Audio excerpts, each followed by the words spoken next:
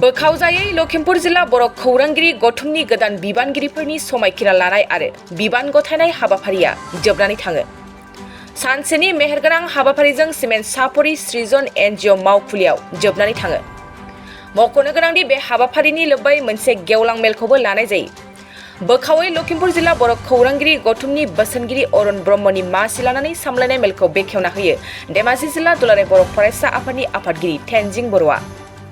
बे मेलाव गाहाय आलासि महरै बाहागो लाफैयो गुवाहाटी हाइकर्टनि एडभकेट प्रणब बर'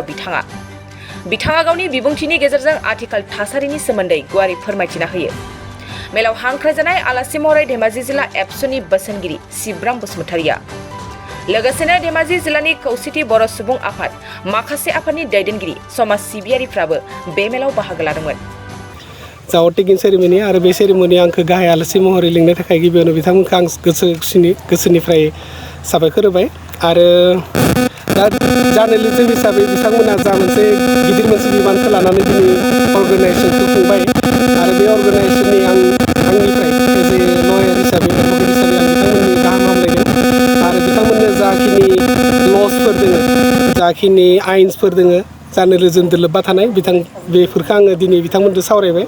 आरो बिथांमोननो फोरमायबाय माबायदि बिथांमोना ल'नि आन्दाराव थानानै खामानि मावनो हायो आरो लोगोसेनो माबायदि खामानि मावोबा बिथांमोना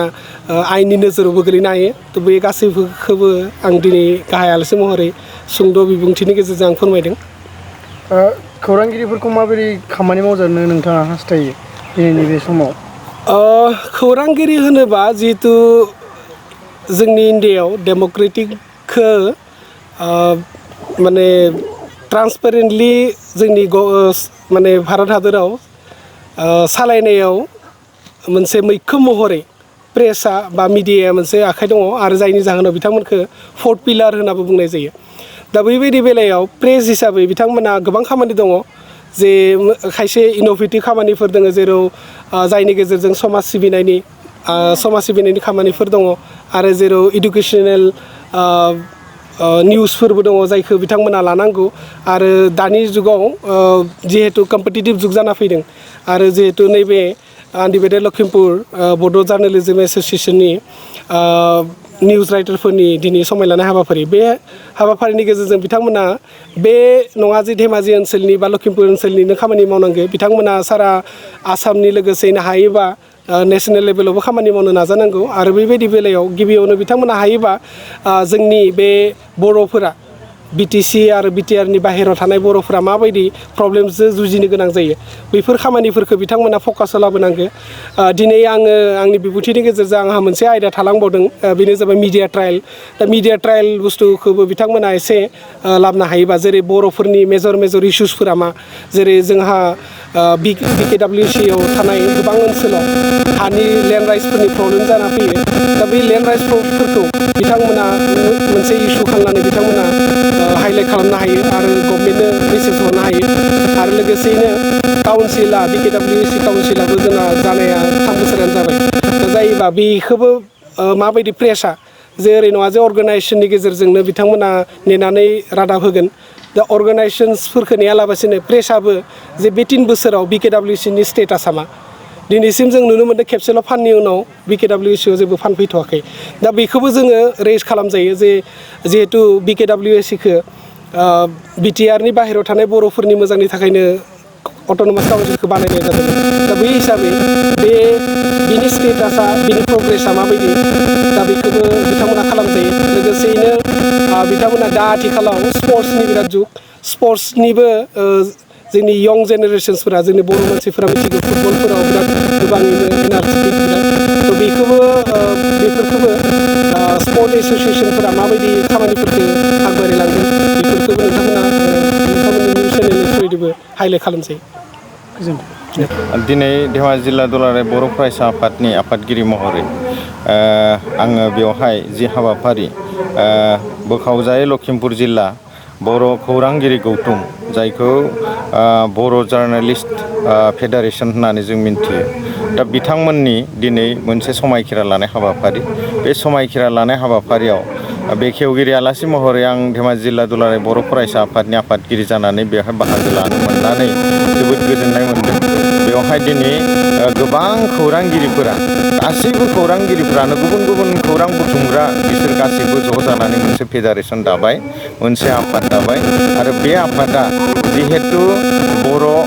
समाजनि गेजेराव खामानि मावगोन बर' सुबुंफोरनि गेजेराव खामानि मावगोन बर'नि जौगानायनि खामानि मावगोन गुबुन गुबुन खौरांगिरि बुथुमनानै समाजखौ फोसाबनाय समाजाव जौगानाय लाबोनाय डेभेलपमेन्ट लाबोनाय खामानि मावगोन दा बे लेखायै जों दुलाराय बर' फरायसा आफादाबो समाज जौगानायनि खामानि मावग्रा आरो दिनै खौरांगिरिफोराबो समाज जौगानायनि थार आरो सैथोखौ सुबुंनि गेजेराव फोरमायनायनि थार आरो सैथोखौ रायजो हादोर आरो बुहुमनाङैनो फोरमायनो जिबायदि गोसो मोदोम जिउ होसारनानै खामानि मावो दा फैबाय थानाय समाव जिहेतु दिनै बिथांमोना समायखिरा लाबाय समाजनि खामानि मावनो थार आरो सैथो खामानि मावनो समाजखौ मोजां खालामनो दा आङो मिजिंथिगोन दिनै बेवहाय जोंनि गुवाहाटि हाइकर्टनि सासे गाहाय आलासि बाहागो लादेरनानै दिनैनि जि समायखिरा लानाय हाबाफारि बेखौ मेहेरगोनां खालामदों आरो आंबो मिजिंथिदों जे बे समाव गोदानै मोनसे दाफुंना लानाय जि आफाद बे आफादा मोजाङैनो मोजां समायखिरा लाबाय आरो उननि समफोराव गासैबो बर'नि जेंना गासैबो बर'नि माहारियारि आफादफोर बे ओनसोलाव थानाय गुबुन गुबुन माहारियारि आफादफोरजों थाफानानै खौसे ज' खामानि मावगोन आरो नोंथांमोननि सायाव रायजोआ मोनसे मोजां आस्था बिसास थागोन आरो नोंथांमोनाबो नोंथांमोननि जि खौरां बुथुमनाय खौरां फोसावनाय बेनि गेजेरजों मोजां मुं मोनगोन नोंथांमोननि सोद्रोमा बारायगोन आरो जौगालांबाय थागोन बे आसाखौ लाखिनानै आङो दिनै जोबोद गोजोननाय मोनदों आरो गोजोननाय फोरमायदों गोजोन्थों। बोखावै लखिमपुर जिल्ला बर' खौरांगिरि गौथुमा थांनाय 2023 मायथाइनि 4 जुलाइ खालि जोङो जोंनि बोखावै लखिमपुर जिल्ला बर' खौरांगिरि गौथुमखौ जोङो दाफुंनानै लादोंमोन बिनिनो जोङो माखासे समनि उनाव दिनै जोङो जोंनि जिथुनाखि समायखिरा लानाय बे हाबाफारिखौ जोङो लाबाय बेयाव जोङो गाहाय आलासि महरै जोंनिनो गुवाहाटीनि एडभकेट मिस्टार प्रणब बर' बिथांखौ जोङो लेंहरनाय जादों गाहाय आलासि महरै बिथाङा दासान्दि LLB आरो MLL बे डिग्रिखौ खालामखांनायनि उनाव बिथाङा दा गुवाहाटी हाइकर्टआव एडभकेट महरै खामानि मावगासिनो दङ दा बिथाङा माखासे गोबां बेसेन गोसा बिबुंथि लाखिलांदों जिथुनाखि जोंनि जिथुनाखि मेडियानि आयेनफोरखौ लानानै जिथुनाखि जोंनि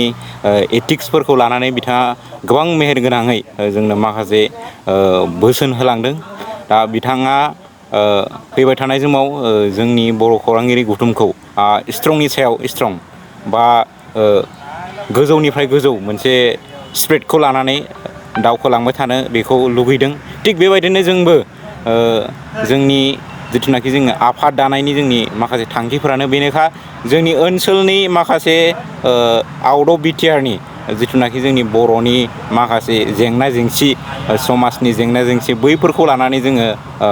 नैबे आफादखौ दानाय जादों आरो लोगोसे जों गासैबो आउट अफ बिटिआरनि खौरांगिरि बिथांमोना गासैबो जयै थानो हायो खौसेथियै थानो हायो गावजों गाव कमिउनिकेसनखौ मोनसे थानो हायो बेबायदिनो नैबे समाव आं बेखौ फोरमायहरनो नागिरदों राइट टु इनफरमेसन मोनोब्ला जों बोखावै लखिमपुर जिल्ला बर' खौरांगिरि गौथुमा जोङो रायजो राजानिफ्राय राइट टु जोङो इनफरमेसन मोनोबा जोङो मालाबाबो कमप्रमाइस जानाय नङा बेनिखायनो आङो खावलायहरगोन गासैबो जोंनि माखासे जिथुनाखि बे समाज बेरेखा हाबा मावनायफ्राव जाय बिथांमोना लोब्बा थायो बिथांमोननि सायाव जुदि जोंनिसिम माखासे राइट टु इनफरमेसन सफैयोबा जोङो बेखौ फोसावनायाव जों फावसायना थानाय नङा आरो जोङो माखासे जेंना जेंसिखौ जिथुनाखि फैयोब्ला जोंनिसिम बेयाव जोङो मालाबाबो कमप्रमाइस जानाय नङा बेनिखायनो गासैबो जोंनि बे बोखावै लखिमपुर जिल्लानि आन्दाराव थानाय जोंनि माखासे जिखुनु जाया खामानियाव जोङो जोंनिफ्राय बेखौ जोङो फोसावनो थाखाय रेडि नैबे समाव आं बेखौनो दिनैनि समायखिरा लानायनि गेजेरजों बेखौनो आं फोरमायहरबाय आरो इयुनाव जोंहा माखासे गोबां खामानि मावलांनो दंबावो जों बेखौ मावलांबाय थागोन बेखिनिखौनो आङो दिनै बुंनानै नोंथांमोननि सिगाङाव फोसावनाय जाबाय खुलुमबाय फैगौ 5 आगष्टनिफ्राय डुरान्ड काप फुटबल मेट्च क'क्राझाराव जागोन आरो बेनिनो जागायजेननाय जि गेलेनाय बेखौ बेखेवनो थाखाय भारतनि डिफेन्स मिनिस्टार राजनाथ सिंह बिथाङा बाहागो लागोन भारतनि चिफ अफ द डिफेन्स बिथाङाबो फैगोन आसामनि जोंनि बयनिबो मानिजानाय chief minister doctor Himanta Biswa Sarma बिथाङाबो बाहागो लाफैगोन आरो बिथांजों लोगोसे गोबां डिगनिटारिसफोर फैगोन आरो गासै 9 गुबुन गुबुन टीमा बेवहाय बाहागो लागोन आङो बयखौबो बरायदों आरो बे डुरान्ड काप जि क'क्राझाराव जागोन बियो क'क्राझारल' नङा पुरा बड'लेण्ड ओनसोलखौनो दिनै गोजोन मोनसे थासारि फैबाय आरो बेवहाय गिदिर गिदिर हाबाफारिफोरखौ लानो हानायनि मोनसे मेसेज सारा मुलुगाव बियो थांगोन आरो बेजों लोगोसे